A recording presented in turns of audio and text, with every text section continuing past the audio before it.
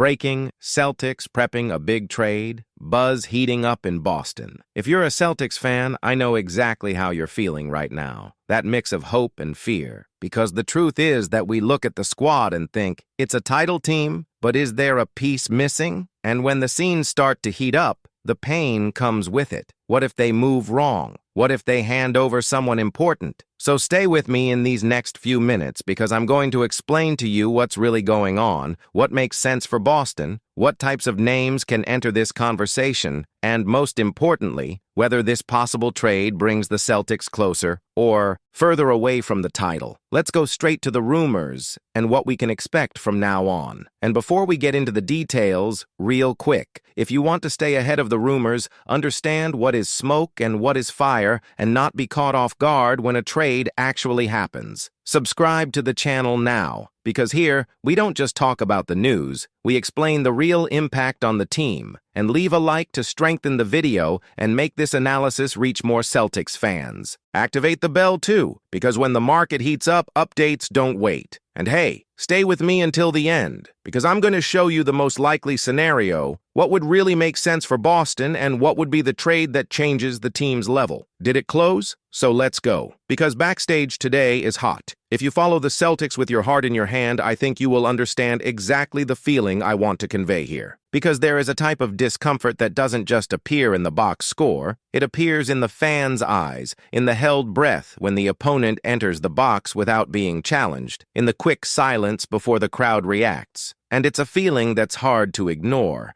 that the team is very good, but it still seems to lack that presence that changes behavior on the other side of the court. It's not about having a pivot. It's about having someone who commands respect, someone who turns the space near the basket into forbidden territory. And when we think about it, it's impossible not to mentally return to a name that was once part of our daily lives, Robert Williams III. Do you remember the energy at TD Garden when he would fly in for an unlikely assist and return a throw wide? That wasn't just a stump. It was a message. It was the type of play that changes the way the opponent thinks about the next possession. And that has an absurd value in a league where attack and confidence go hand in hand. The Time Lord, at his peak, did this like few others. And here comes the point that makes this conversation so interesting now, the current context. The Celtics have talent. It has a star. It has depth. But the season's scenario, with fluctuations and an uncomfortable position in the table, raises a natural alert. Not because the team is bad, far from it, but because the level of demand in Boston is different. Here the issue is not fighting hard. It's fighting for the title. And when the team experiences a more turbulent start than expected, the market begins to whisper. Fans begin to speculate. And the names of the past, especially those who were missed within the system, return to the conversations with force. The idea of a Robert Williams return is not just an exercise in nostalgia. It is, first and foremost, an attempt to answer a very pragmatic question. Is there a realistic way to reclaim a more intimidating defensive identity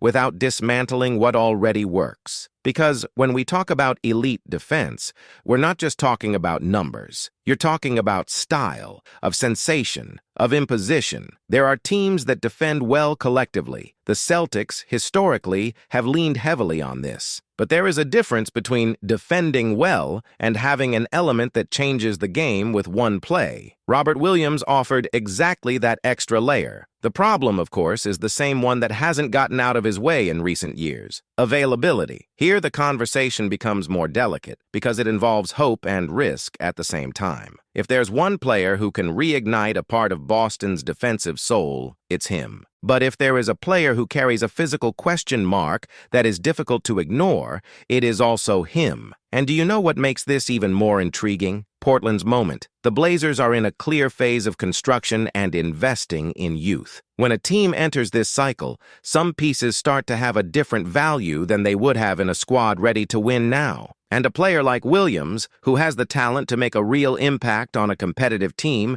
could end up in a kind of sporting limbo. Too good to be just another rotation name in the long term, but with a history of injuries that makes any decision a difficult equation. It is at this point that the door begins to open, not because Portland is desperate, but because priorities change when the focus is on developing the immediate future of the squad. And when someone's contract comes to an end, market logic puts options on the table that previously seemed unlikely. Now, let's land this conversation in the most honest way possible. If you are a fan, I know there is an emotional part that wants to say, bring him back. And I'm not going to pretend that part doesn't exist. She is real. She has history. She has an effective memory. But there is a rational part that needs to sit at the table. Because a Robert Williams return has two very different routes to happen, and each one has a weight. The first is the mid-season trade. This alternative in itself comes up against a detail that often goes overlooked when we talk about rumors: money and rotation adjustment. To bring in a contract of that size, Boston would need to match salary. This often means giving up useful pieces from the current roster. And the Celtics are at a point in the season where depth matters. The team has already been adapting to losses and absences in the field,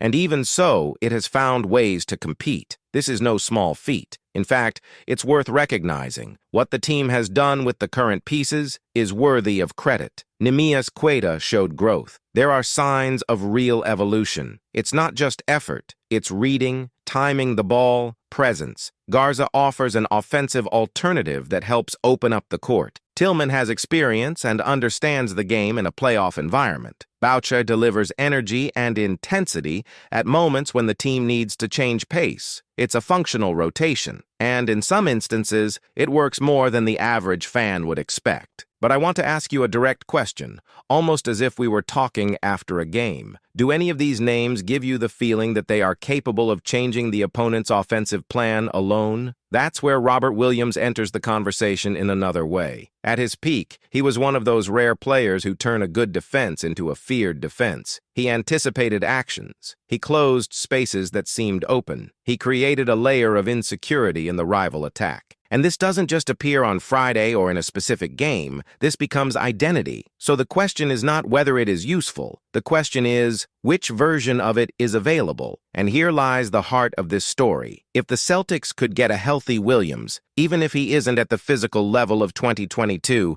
the utility would still be huge. Because the team doesn't need him to be a Defensive Player of the Year candidate again. You need someone who can deliver 20 to 25 minutes of smart rim protection, enough mobility to switch on some actions, and a good read on the short roll. This package, even in a version 75% of what it already was, would already change the scenario. That's why, for me, the most plausible path, and the smartest one, may not be a noisy exchange now, but a more strategic outcome at the right time. And when I say right time, there are two interesting possibilities: buyout or free agency. The buyout is always a somewhat silent, almost discreet market. It doesn't have the glamour of big exchanges. But the history of the NBA has shown several times that buyout plays, in the right context, can make a real difference, especially for teams that know exactly what they are looking for. And if Portland decides that keeping Williams until the end of the season is not a priority given a younger development plan for the big box, the scenario starts to make sense. An amicable agreement, a release, and an experienced player who immediately fits into Boston's system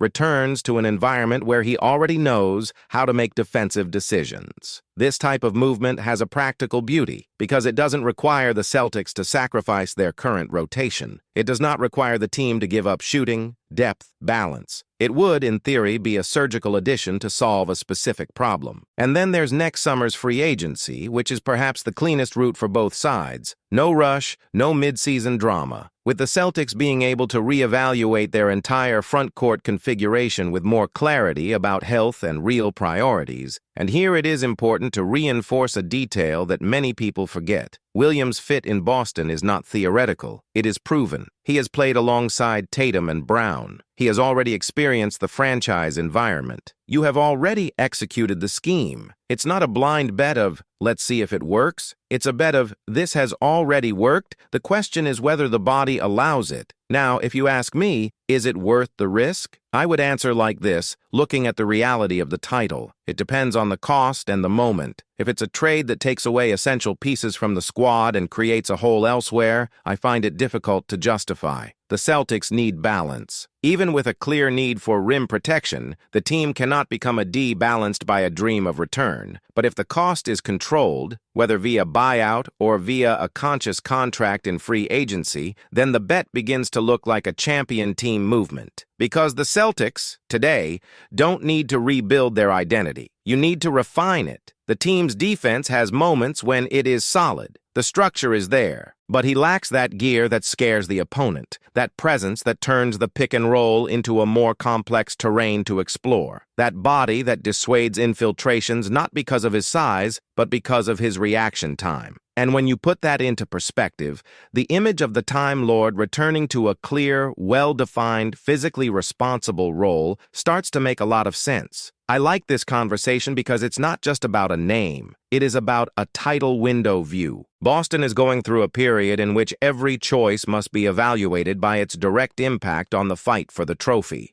And when you're at that level, it's not uncommon to look back and realize that sometimes the best fit isn't a new star, but rather a piece that fits perfectly into something the team already does well. Robert Williams, in this context, would be exactly that, an identity adjustment. And there is an emotional factor that also weighs here, in a positive way, the athlete's motivation. After seasons marked by injuries and a reconstruction scenario, the chance to return to compete at a high level with real title goals could be the spark he needed to find rhythm and consistency again. You can't measure this precisely, but you can imagine the psychological weight of playing for something big again, in a place that knows the best version of you. In the end, the story comes down to a simple question that I leave to you as I would to a fan friend. Would you rather the Celtics look for a safe but limited solution, or try a calculated gamble that could raise the team's defensive ceiling? Because for me, a Robert Williams comeback is not my idea of a romantic basketball movie. It is a hypothesis with real impact, as long as the franchise treats it with prudence, controlled minutes, clear role, realistic expectations, and intelligent cost. If these four conditions exist, the dream stops being a dream and becomes a movement with logic. And that's where I think the most interesting part of the story is, it's not about waiting for a perfect version of the past. It's about building a useful version of the present. If the Time Lord comes back and delivers enough to transform the corner into a more protected space, increase the aggressiveness of the perimeter,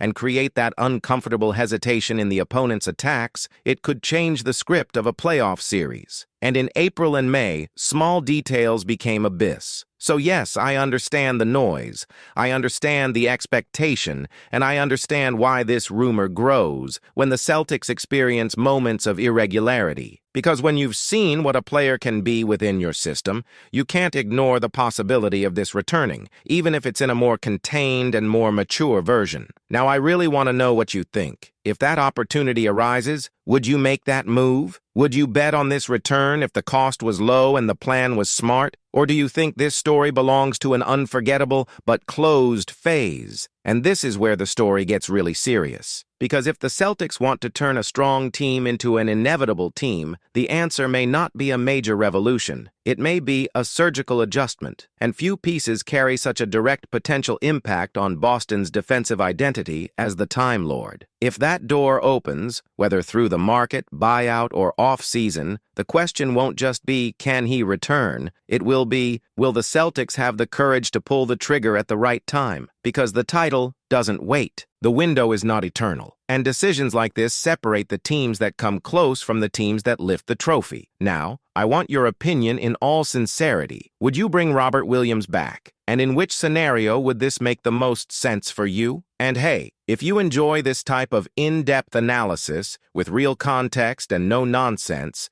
go to the pinned comment and access the Celtics Analysis playlist. Everything is organized there in the right way so you can understand the team's current situation, the rumors, and the possible paths for this season. Watch the next one on the playlist now because this story doesn't end here, and what comes next could completely change the course of the Celtics.